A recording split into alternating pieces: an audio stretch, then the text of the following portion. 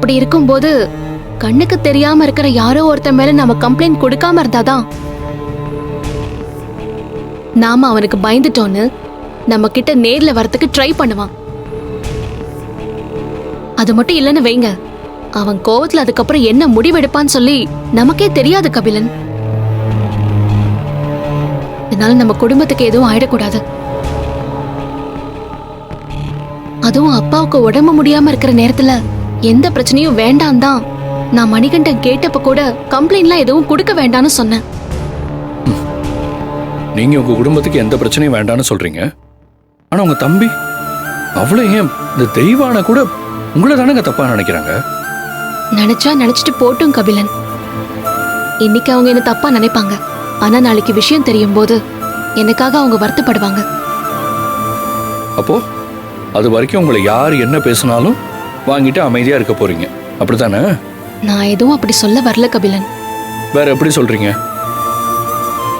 நான் அமைதியா இருந்தாதான் என்னோட குடும்பமும் அமைதியா இருக்க முடியும்.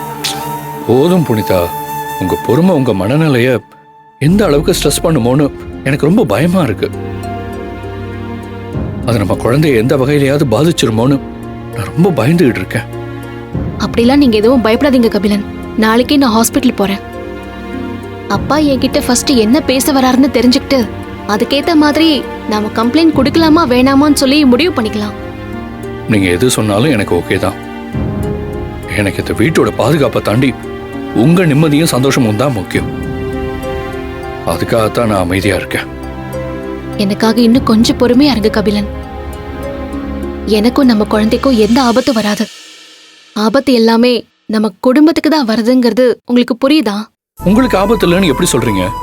உங்களையும் தானே பைக்கை வச்சு இடிச்சா அந்த கிரிமினல்.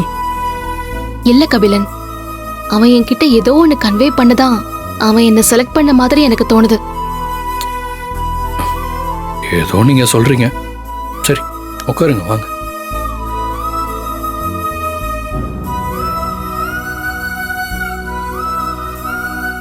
இவ என்ன நம்ம பேசிக்கிட்டு இருக்கா?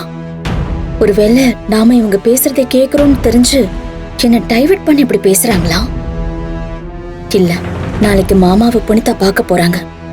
அங்க நம்ம போக கூடாதுன்னு ஏதோ ஒரு பிளான் பண்ற மாதிரி தெரியுதா? இருக்கட்டும்,